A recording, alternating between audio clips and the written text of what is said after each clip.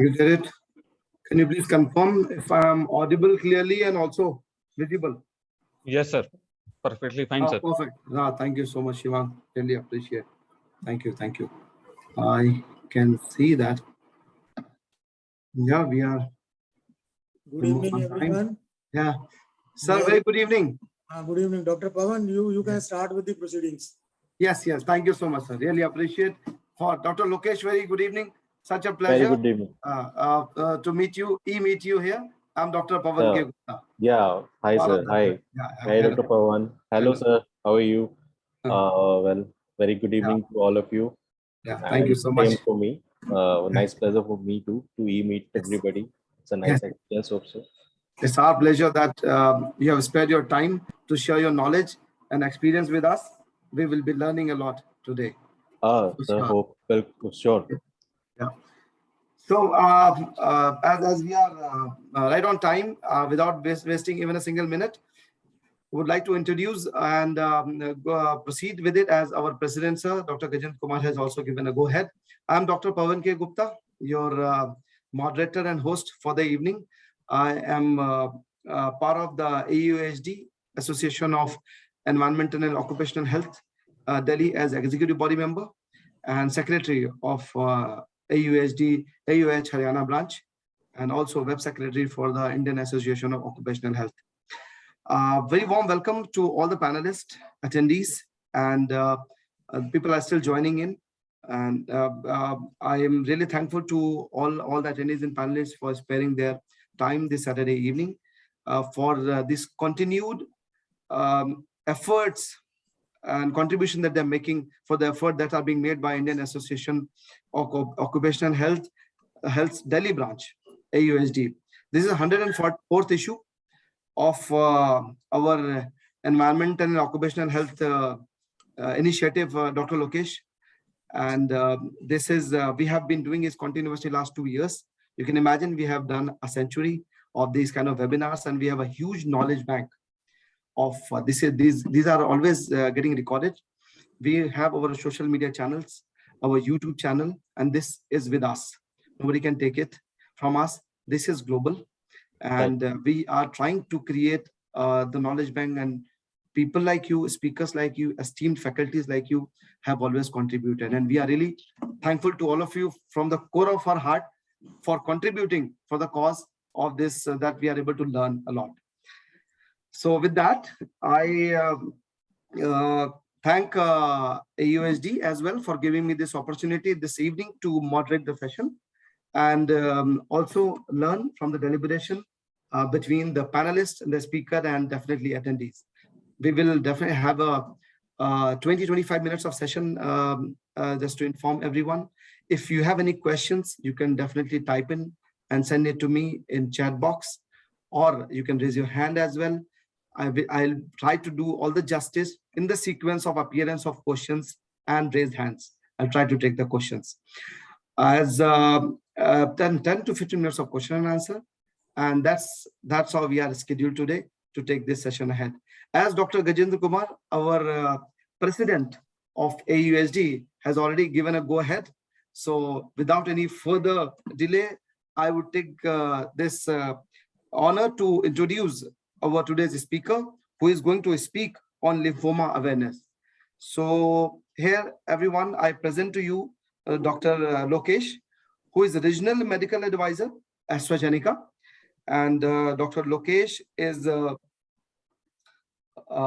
has been very kind in terms of sharing a very, very brief profile, very modest. Dr. Lokesh, presently working as Regional Medical Advisor, as I just mentioned, and he pursued his MD Pharmacology from NIMS, Jaipur, Rajasthan, and MBBS from GSVM, Kanpur, Uttar Pradesh. This is the brief and very modest introduction to our today's speaker. I'm really thankful to you, Dr. Lokesh. This e-platform is all yours.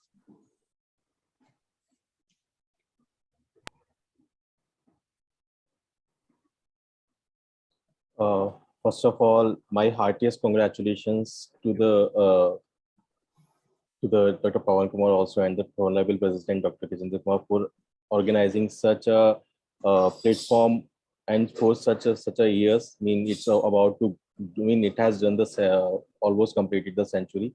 Very congratulations to you. Thank you. And for me too, it's a nice, it's a new platform, and I had been like onto to know what your initiatives and all, what is about the occupational and industrial health. And hopefully on my part, I will continue to create a sort of awareness about lymphoma in my coming session. And so I rightly said, my introduction is not so much big. It's just myself, Dr. Lokesh, and I have completed my MBBS from GSFM Kanpur and pursued my MD. I am recently working as a regional medical advisor in AstraZeneca. And my role is to just disseminate the knowledge among the clinical practitioners, health workers, and all, so that the knowledge continues to flow. Yeah. That's it. So today's just before not spending time, let me introduce what is the topic for today. So today's topic is concerned over the lymphoma. So before going to the lymphoma, let us have a quick review about what is lymphoma and what do it comprise of. So basically, it is a form of a blood cancer, and all of you we might be having aware of the pathology that is running behind the or is owing to the blood cancer. So mostly it starts in the bone marrow. Not only in bone marrow, it may occur in your lymphoid tissues also. And from what happened in that particular thing, that what cells, which are the hemopoietic cells, which are responsible for formation of our cells, different cells of our blood, like our RBCs, our platelets, and apart from them, the important thing which constitute the defense mechanism of our body, the WBCs, the neutrophils, macrophages, eosinophil, basophils. So all these are the cells which may get affected by in this particular pathological state. So if we go ahead with the types of blood cancers which are there, so there is a leukemia, lymphoma, and myeloma. As such as lymphoma and leukemia is concerned, since beginning or since they are being coming into the general practice, and so most of this are being diffused diagnosis in them, leukemia and lymphoma, because the presentation is mostly the same and origin though it is different, but it may overlap between lymphoma and leukemia. So leukemias are those cells which are into the initial stage of the hematopoiesis or into the initial stage of the differentiation. So the cancer, or we can say the oncogenic event, it happens in that particular state in which they are into the immature state, and upon while they mature, upon the exposure to certain antibodies or into the different germinal centers or the niches which are present in the body, they may proliferate, and that is the uncontrolled proliferations. As far as the lymphoma is concerned, so more or less it is a solid type of tumor which is mostly occurring in the lymph nodes of our body. Myeloma, though it is the type of blood cancer which affects the plasma cells, and it is also responsible for weakening our immune system. So again, lymphoma, as I said, it is the heterogeneous group of malignancies that arises especially from clonal proliferation. So basically, clonal proliferation is nothing, is just a replication of the particular type of the cells. The cells, they have acquired an oncological event or event which has caused their tendency to control the division. So these cells replicate themselves as the photocopies. So this is called as the clonal proliferation, and it mostly occurs in the B cells, T cells, and our NK cells, the natural killer cells. So these are cells of the lymphocytes, and they occur at the different stages of the maturation. So if we consider as the lymphoma is considered, so more of the all of the malignancies, it almost constitute about 5% of the malignancies.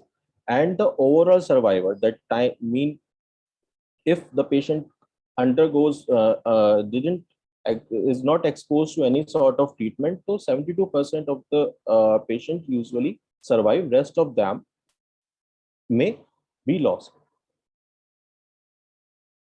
So if we see the etiology, again a mixed etiology, it may be with the lymphomas and also with the leukemia. So basically, since we are concerned with the lymphoma, so occupational exposure, so it is a important thing, I think, for the present platform in which we are having this particular session. So exposure to certain chemical substances, the important being the herbicides and the pesticides, and there are some other also substances which are potent oncogenic substances, and they may lead to the mutation in your blood cells. Infections, certain infections are associated with the lymphoma. So mostly important, if we see Helicobacter pylori, because most of the adult population right now, or most of the patients who are the patients of the peptic ulcer, they contribute maximum etiology is just because of that Helicobacter pylori. So there are certain viral infections also which may constitute, or which are responsible for the occurring of the oncogenic event in the hematopoietic cells, resulting in the lymphoma. So again, there are certain immunodeficient conditions also, the important being the HIV, and which are also a contributing factor to the lymphoma. Certain drugs like TNF alpha inhibitors, like, or we have our immunosuppressants which are given in the patients who have undergone the transplant.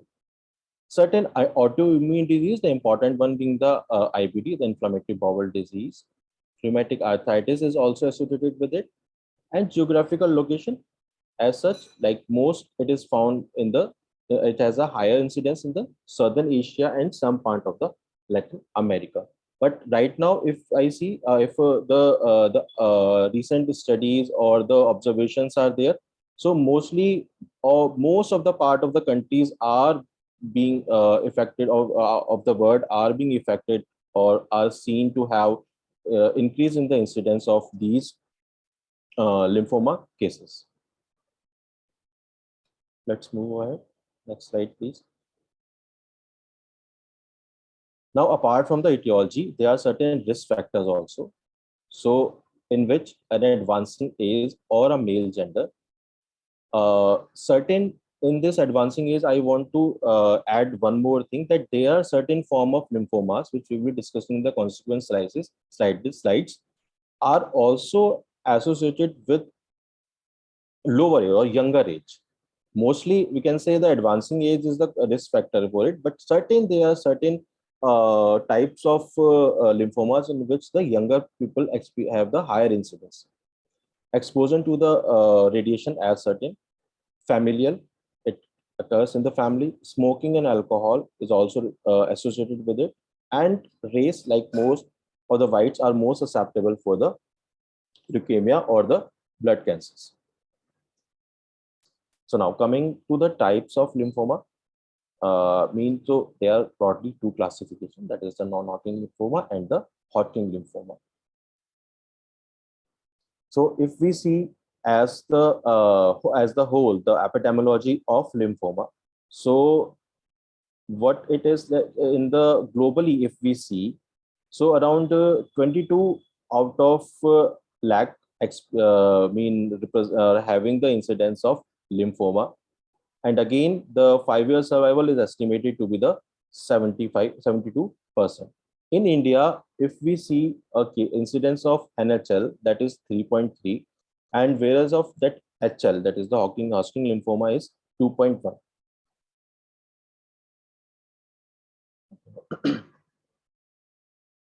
So let us move on to the Hodgkin lymphoma.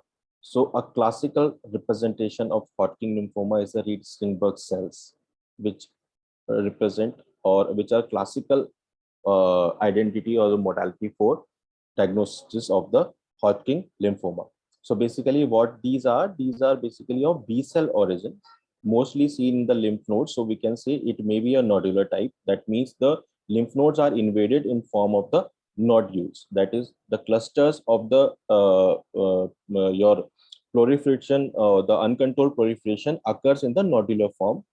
It may be lymphocyte predominant, that is most of the stroma of the your lymph node is being occupied by the lymph node, or it may be depleted also.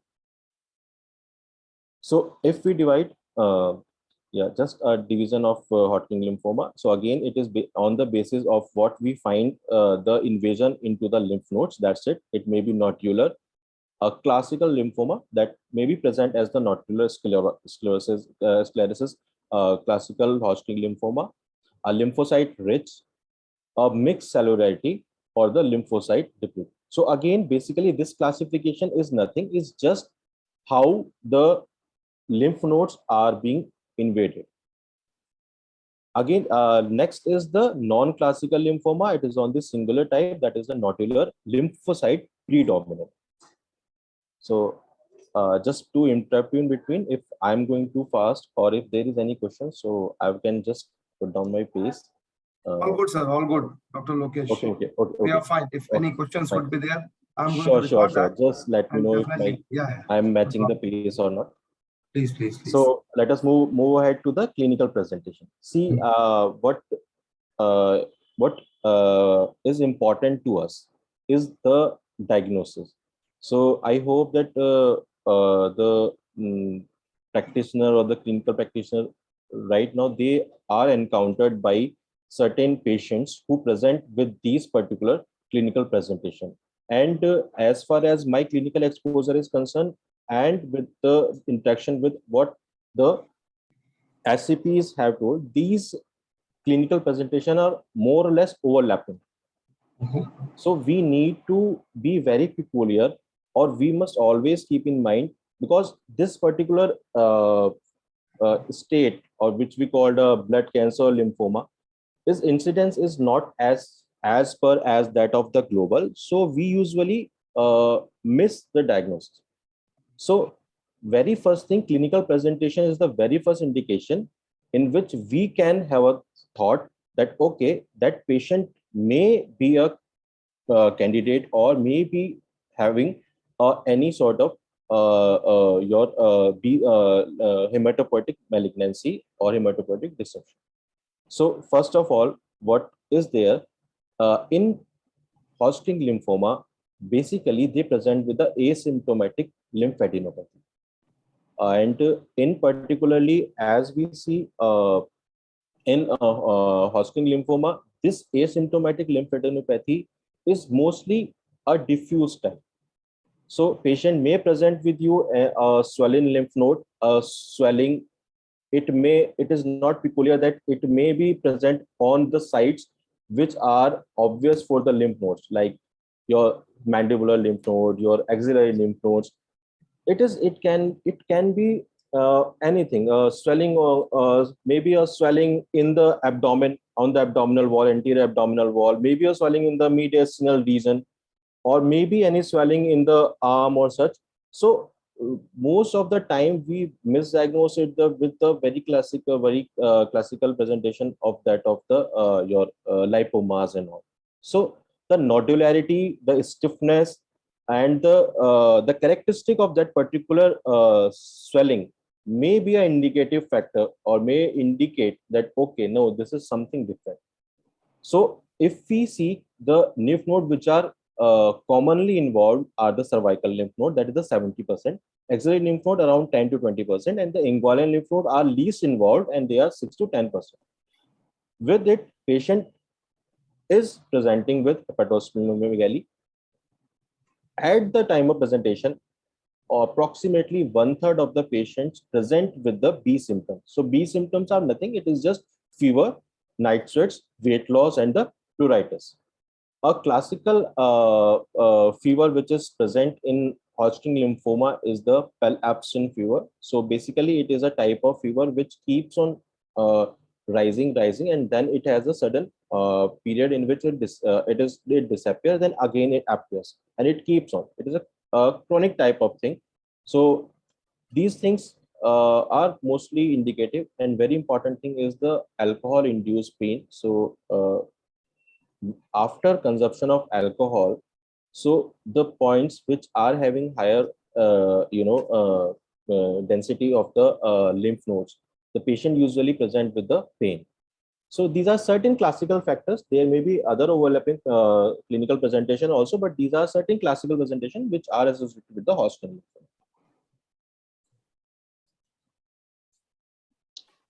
Now, if we go for the, if we have any such symptoms, so what is the next? We may have the staging of the patient. So the staging for Hodgkin lymphoma is basically based on the involvement of the lymph nodes and the extracellular sites also, extranodal sites, basically to say. So there are 4 stages as such. The first one will be the single lymph node, and it progresses to the stage 4, which is the associated with the more progressive disease, and it involves multiple extranodal sites with the multiple nodes. In that, we may incorporate on the basis of the other certain other classes, that is the X, E, and B. So it is nothing but just X is stand for the bulky disease. Basically, the lymph nodes are greater than 10 centimeters.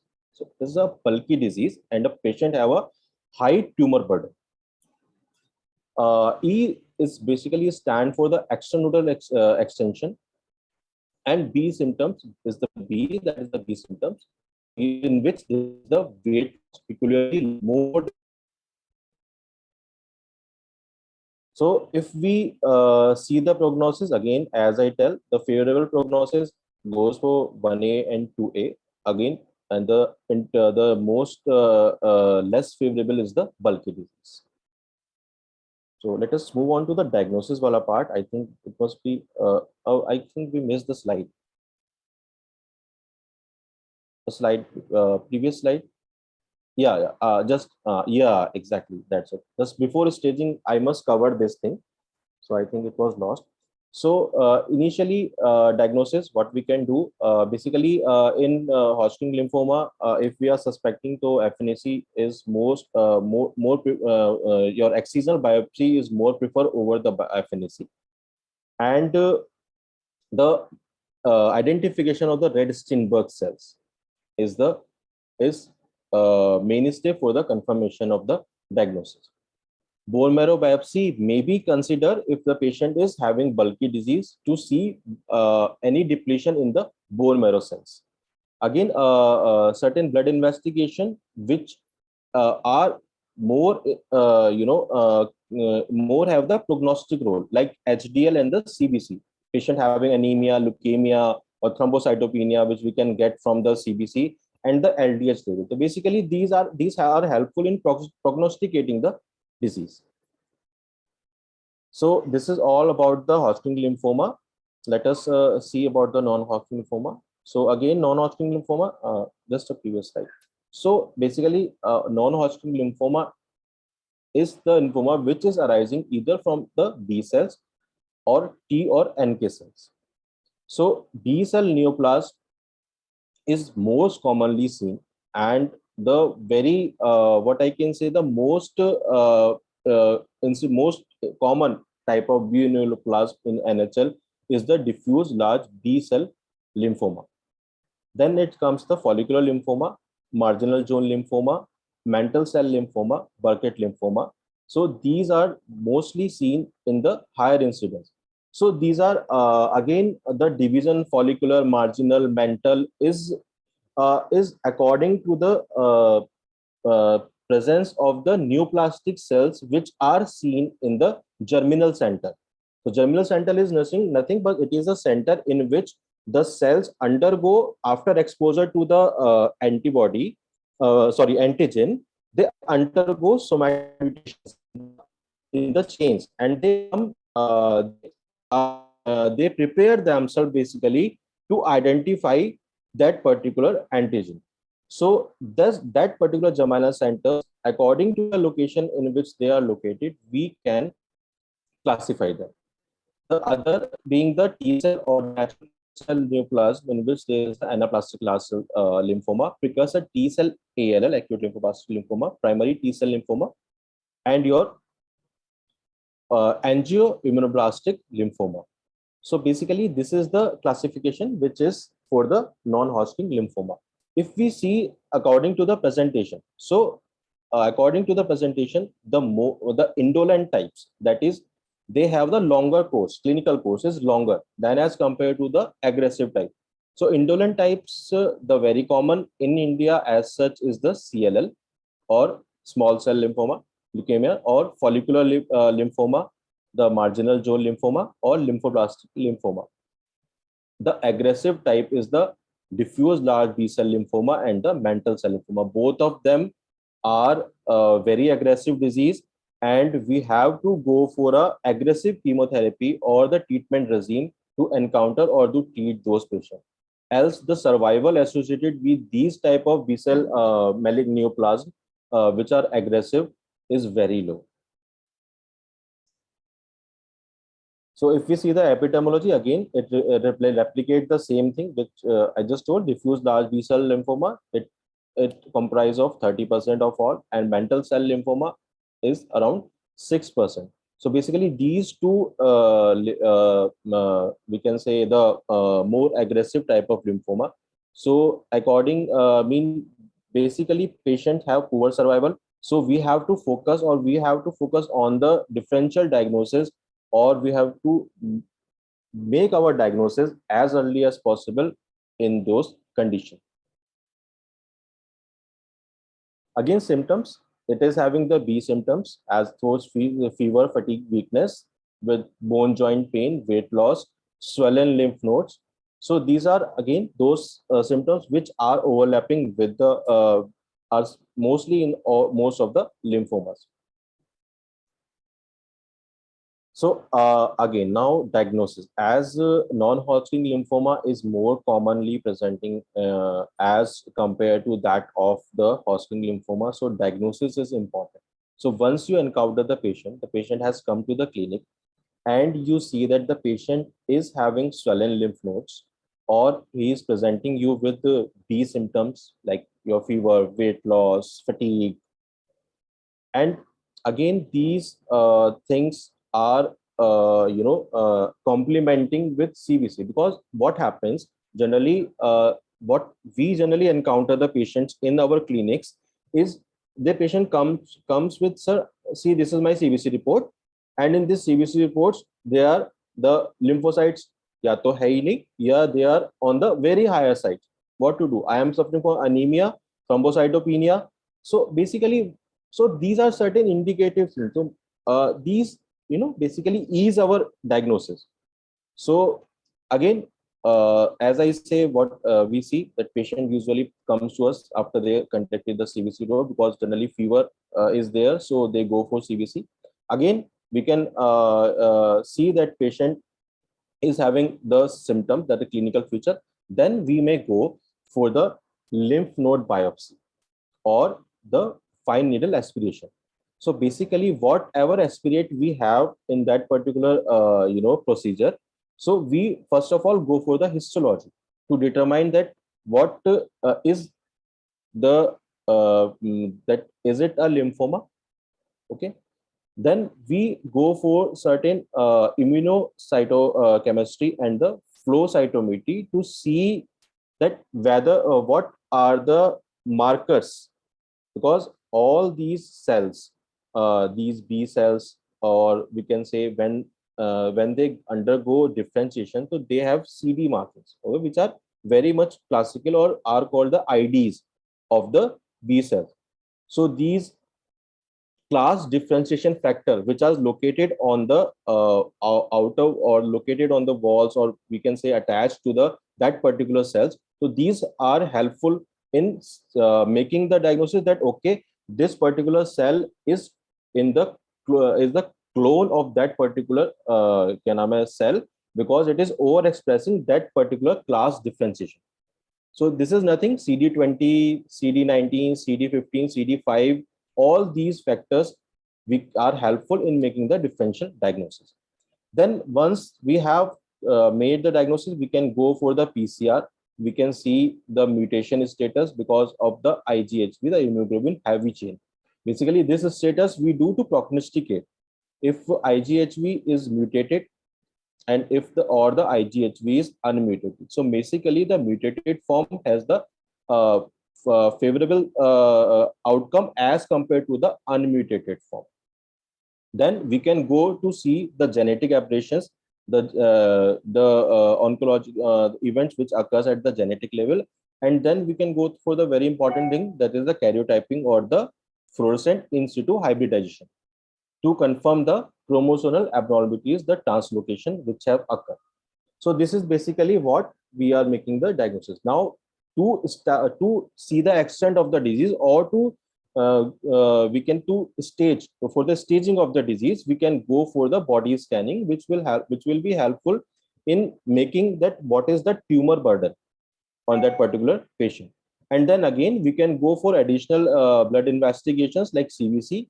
And again, in this, the beta macroglobulin and serum LDH level are important because they are also an important prognostic markers.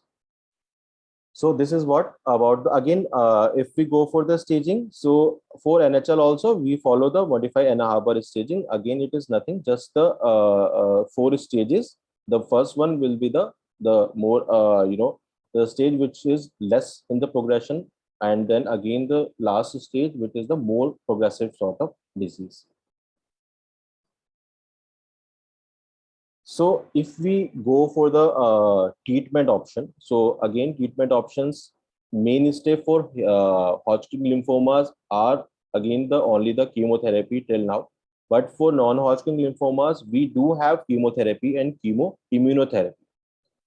But right now, what we are moving towards is the more targeted therapies, because these chemotherapy and these chemoimmunotherapies, they are associated with high adverse events, and due to which which increase or which depreciate the quality of life of the particular patient, and also it is responsible for the discontinuation of the therapies.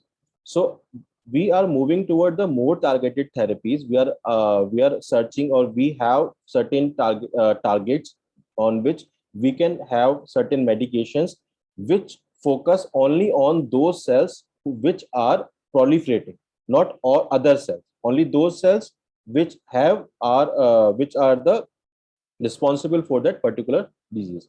Again, certain other things, other treatment options, we have cancer surgery just to reduce the tumor burden. Again, cancer surgery in malignancies don't have any sort of what we can say, any sort of helpful in curing the disease. Basically, they are more not so much curative. They are just to reduce the tumor burden or for the more palliative services.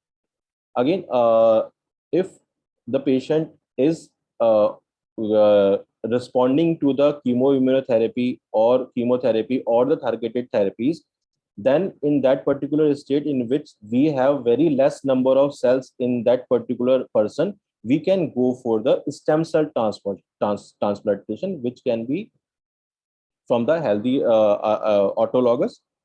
Basically, we opt for the autologous stem cell transformation. And the last option is we can, or what we encourage is to go for the clinical trials. So this is what I have to present on the lymphoma, and will be very happy to have. I think I didn't overshoot the time limit.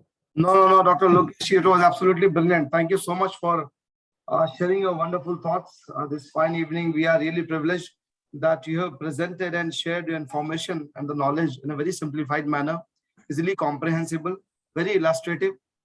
We are pleased that you have joined us. This is a platform of more than 3,000 occupational health physicians. I missed to mention in the beginning, and Yes. you would have heard of all these giants: ONGC, NTPC, Indian Oil, Yes. Gale, SAIL, Exactly. you name Exactly. these Maharatnas. then Navratnas, and then many Ratnas, Exactly. the movers of Indian economy.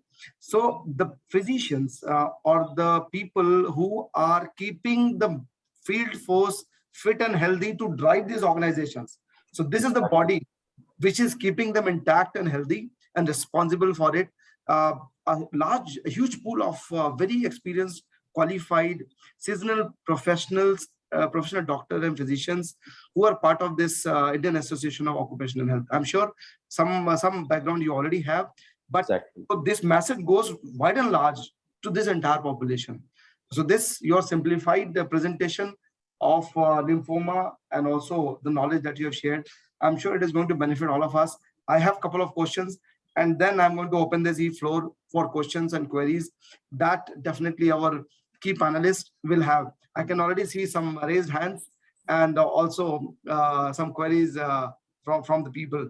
So first thing, it was definitely nice to see about the approach, signs and symptoms, and definitely about the diagnostic techniques that you have shared. Appreciate it that you have shared that. My question will straight away go on to the second last slide on the stem cell transplantation, most pressing concern, and what are the regulations as of now? Is it allowed in India?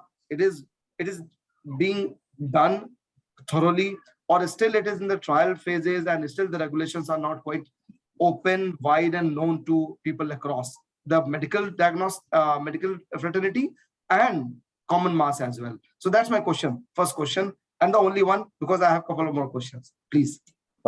Thanks, Thank you Dr. so much. Ashok, for So basically, stem cell transplantation is practiced in India, widely Okay. practiced for these hematological malignancies.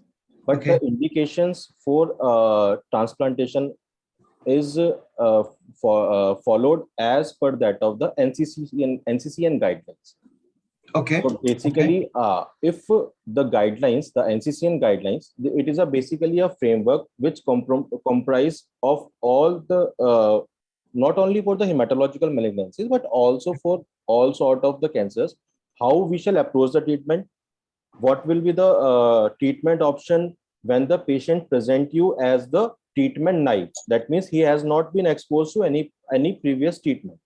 Okay. Then there are guidelines for the patients who are relapsed. That means they have they have undergone the treatment, but the disease reoccur. Or the patients, they may have the refractory, that is, they are not responding to the treatment.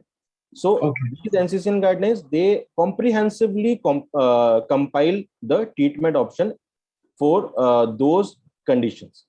And then for stem cell transplantation, so again, it is what is followed as per that of the guidelines. Okay, So it is allowed. It's widely allowed basically, and there are no strict regulation that they hold it or they are holding it back. It's again, I must say that as per my interaction with the SCPs, because I am mostly into the CLL and MCL therapeutic area. So I have been on day-to-day basis. I have been dealing with the persons like hematologists. So basically, what happens? They have their certain their discretion also. Okay. Because the treatment option in these basically these are rare diseases as such, what they are considered, and their treatment options as such are very costly also, and not much is being from government part, though they are working on it. They are working through it. It is not reach onto the reach of everybody. So as if the guidelines allow, they will go for transplantation. Oh, perfect. Thank you so much. That answers my query. Really appreciate. I directly, immediately move on to our association president, Dr. Gajendra Kumar, and he has some queries. Sir, please, you can go ahead. First of all, Dr. Lokesh, I congratulate you for presenting a wonderful insight into the topic in a very, very simplified way. And we all could able to understand each and everything about it. Now, I got a question with you, and that is, see, with so many modalities, treatment modalities available, what is the final outcome of such patients with the treatment? Is it curable, or the remission is for quite long time and the quality of life what is your say on that? This is number one. And number two, my question is, invariably these cases are detected accidentally, or these cases are detected by the physician as we detect other cases? I will be happy if I start with your second question. So Sure. we will move ahead with the first question then. So you are very you rightly said, sir. Most of these basically that's what I told initially, that as clinicians, we are sitting in different government institutes, and we are more exposed to variety of diseases, variety of patients. So it is like mostly because certain malignancies, they are asymptomatic. They are asymptomatic for 2, 3, or 5 years also. As I told you, that there are two types: indolent and aggressive. So indolent, like CLL, SL. So these patient may be asymptomatic but he is harboring the disease. So what happens? Suppose he has gone for some health checkup or something, and accidentally he find out, no, he is having lymphocytosis. Again, anemia. So basically, no, anemia, though I cannot say, because obviously a patient who seems like fatigue and so they become symptomatic. But sometime during health checkup, they may be it may be an accidental finding, or it may be a what you rightly said. But sometimes since most of the patient in clinical setups, what they are reaching to the hematologist, they are basically reaching in the advanced stages, because they have the symptoms. Now they have lymph node swelling, they are presenting with the B symptoms, and when when the symptoms occur, so it basically that the disease has progressed. Now the disease has progressed, and we have certain sets of we follow a IWCLL criteria, which indicate when to start the treatment and how to diagnose the disease.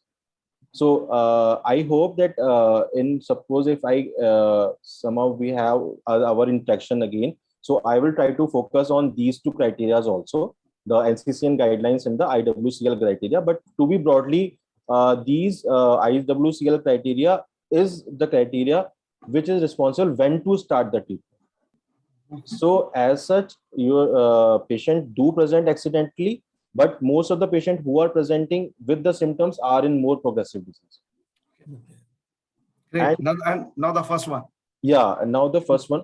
Well, sir, what I say, most of these malignancies are as such uncurable, as per the literature says, and what is the real world scenario. But there are certain therapies which make the quality of life has related quality of life of the patient improvement, which shows improvement by reducing the symptoms, by reducing the disease load, that is the tumor burden. So basically what happens, more targeted therapies, as I mentioned, that we have a chemotherapy and the chemoimmunotherapies. So basically what they are focusing, they are basically trying to act on each and every cell, and they are presenting with more adverse event like bleeding, anemia, thrombocytopenia, and these contribute to the greater mortality.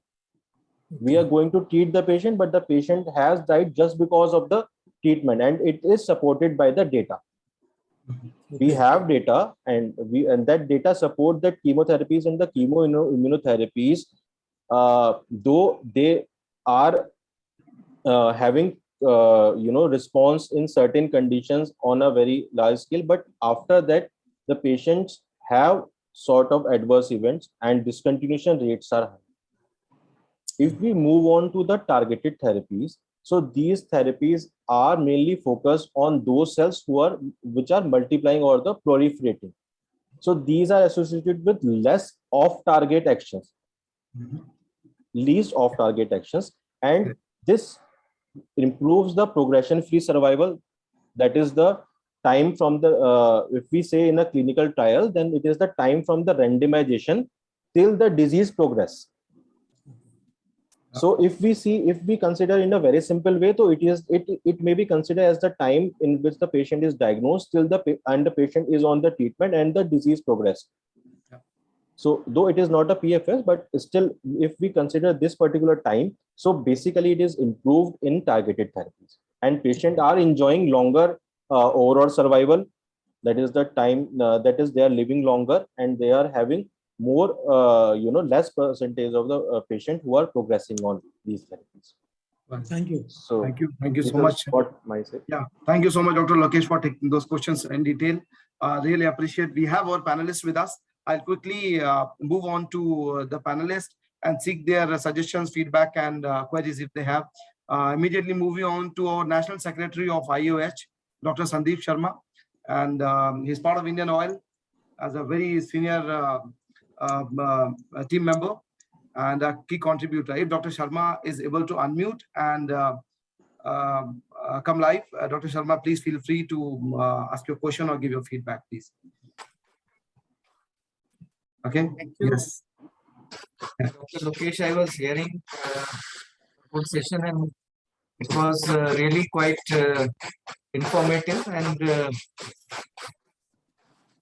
this targeted therapy now, it is gaining more momentum in the treatment of the cancer patients, basically. So Yes. because I have seen many cases in which the traditional chemotherapy or the radiotherapy or other therapies, they were there, but still, if as per the NCCN guidelines, if it is the line of care of the treatment, then and the medicine is available in India, then in that case they are quite effective. And I have seen even stage 4 cancers, they have totally disappeared in many cases. So Right. with the stem cell therapy and targeted therapies, they are quite effective. And only thing what is required is more awareness about these therapies, because now day in day out new molecules, they are being approved and they are being launched in the market. Right. So even it is difficult for the oncologist also to have a ready reckoner for all these molecules. And we all as industrial physicians, we can only learn from you all. We can't go and read the text again and again, and because you are the experts who can guide us in deciding the correct line of treatment for our patient, because these therapies, they are new, and they are also not covered in many of the companies' medical rules also. So they have to be case based, and they need to be case specific also. And in case of any biosimilar is available in Indian market, then we should better go for it rather than trying for the imported drugs, because it cuts the cost of treatment drastically. So all these things we have to keep in mind, and it was a quite informative session. Thank you very much, and thanks Dr. Pawan for organizing and moderating the session. Thank you so much. Really appreciate your gesture of coming over and sharing your thoughts and feedback. We are privileged that these all things are being taken up in full spirit in which you once initiated, and now we are at 104th webinar. It is all because of your hard effort and endeavors that you have been putting in. We are really grateful to you, Dr. Sharma. Thank you so much. Moving on quickly on to the Dr. Lokesh, you want to say something? Just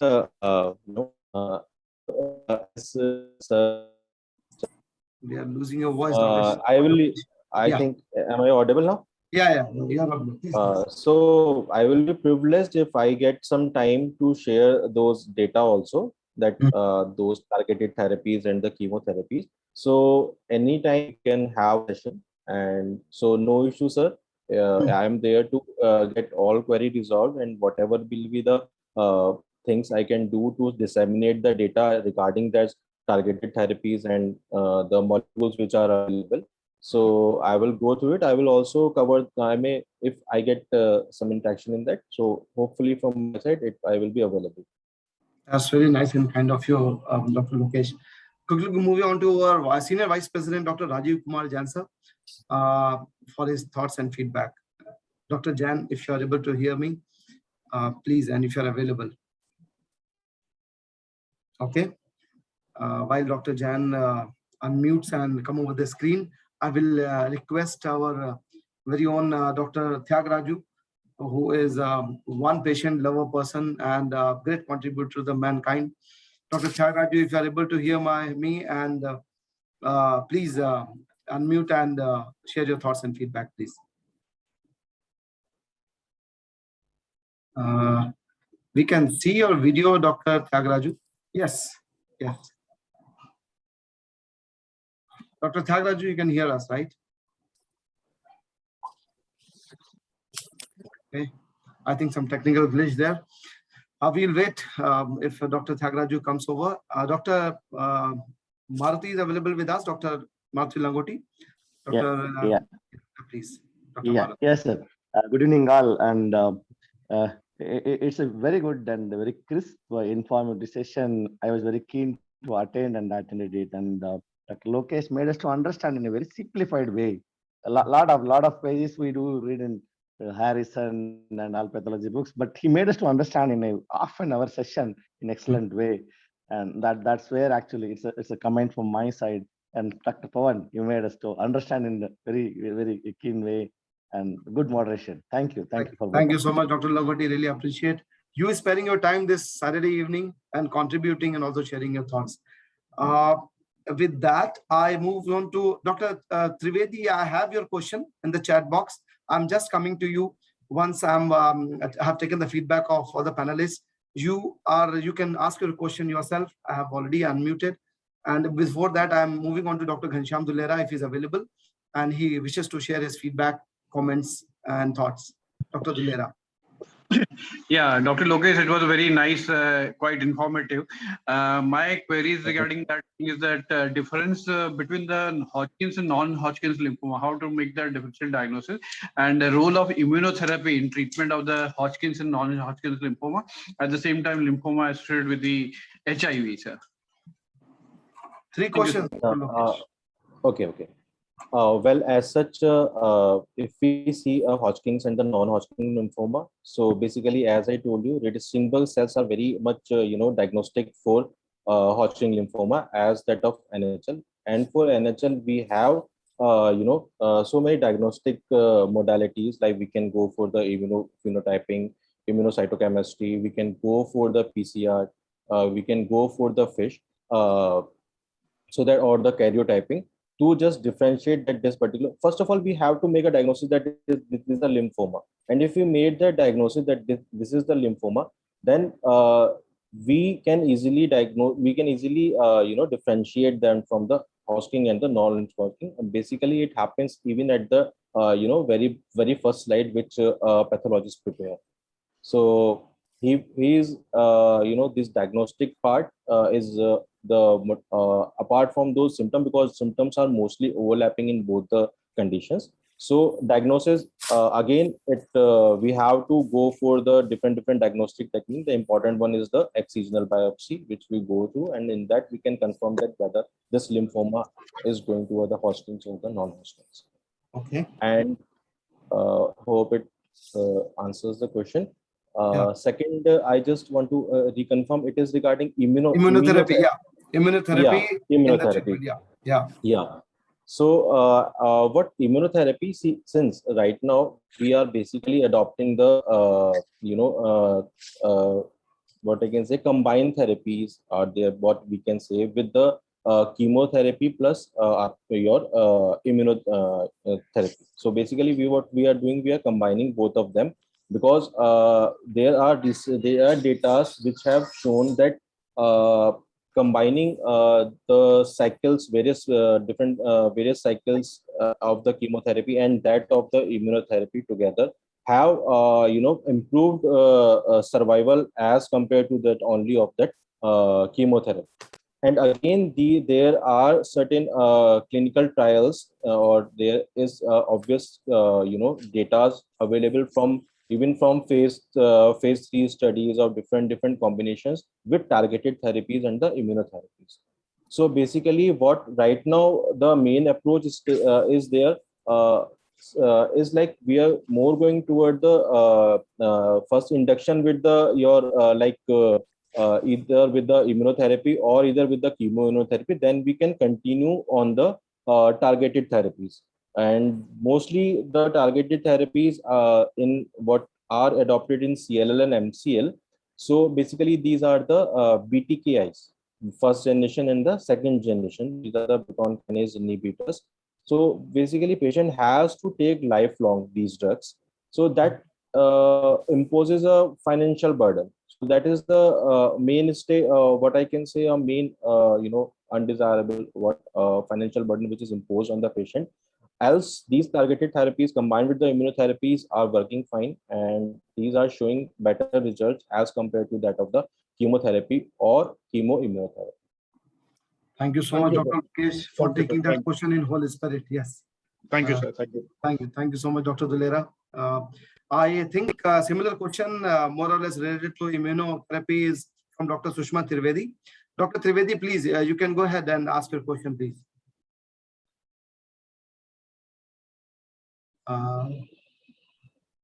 Doctor, okay.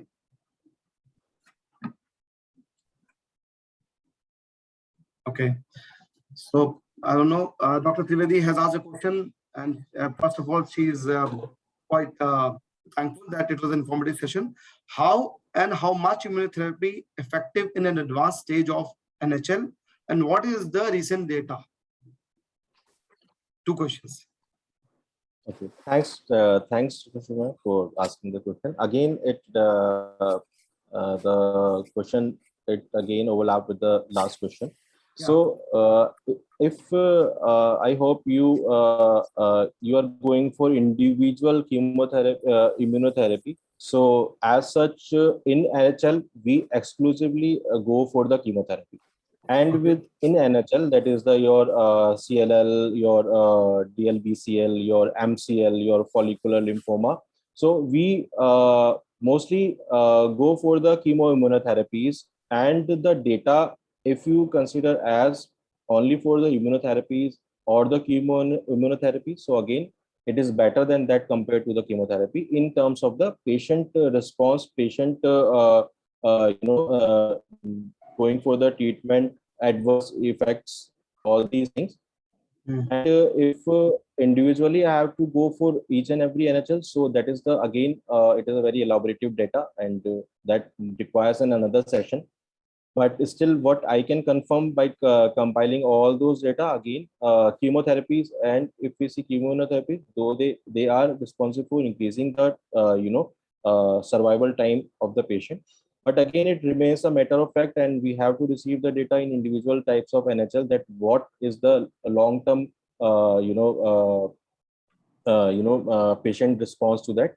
And if we see in the patients with the high risk, so again, in the patients with the high risk, we go for the NCCN guidelines, and in CLL, MCL, the patients who are having the high markers. So basically, we can go for your PCR to see the IGHV mutation status, which is a very prognosticating factor.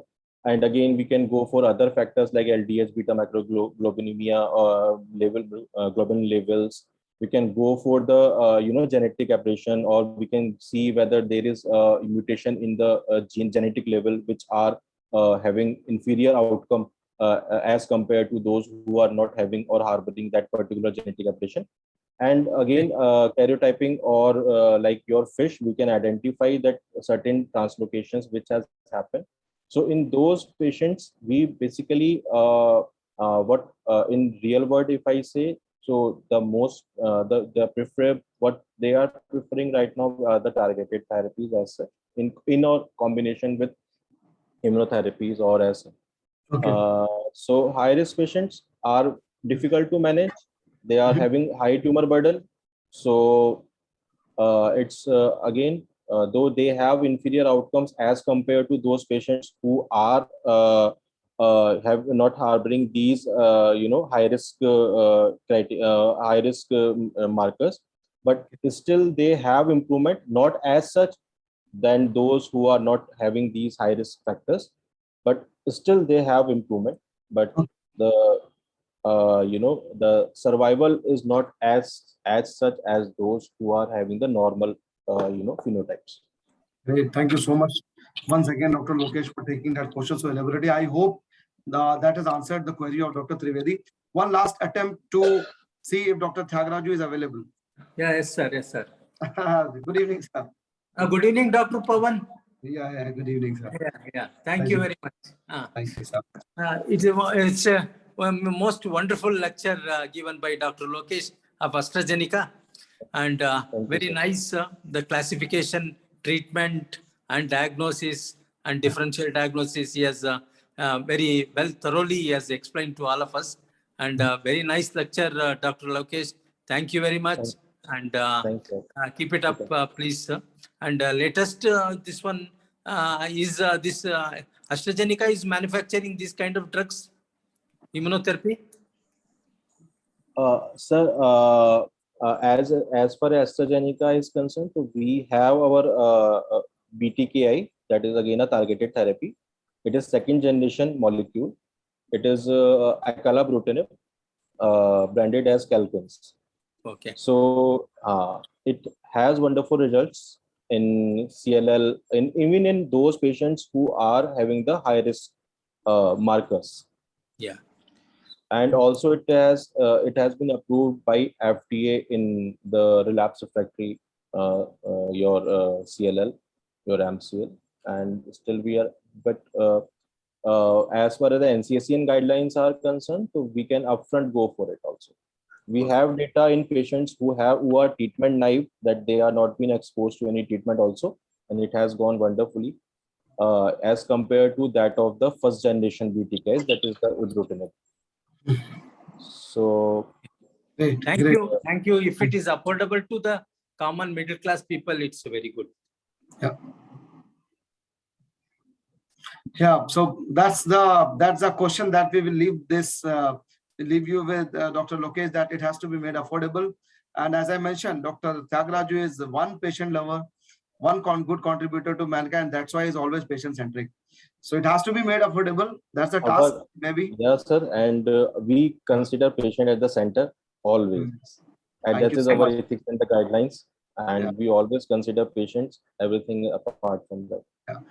Well, thank you so much, Dr. Thagraju, for finally unmuting and sharing your thoughts. We really appreciate your contribution, and we are very thankful to you. And with that, we are coming to end of the session, and it's almost an hour now. And I am really thankful to you once again, Dr. Lokesh, for the information that you have shared, and really appreciate the gesture of all the panelists and attendees who have spared their time on this Saturday evening for contributing to the cause. This is available on our channels, and the recording will be shared with you as well. We will come to you, we'll contact you if you have more questions. Hope you will not mind. No, sir, it's fine. Anytime I am there. Anytime. Thank you so much, Dr. Lokesh. With that, I end the session. Really appreciate. Good evening. Have a pleasure. Great evening, rest of the evening to everyone. Thank you. Okay, thank you. Goodbye. Thank you. Thank you all. Bye. Thank you. Thank you.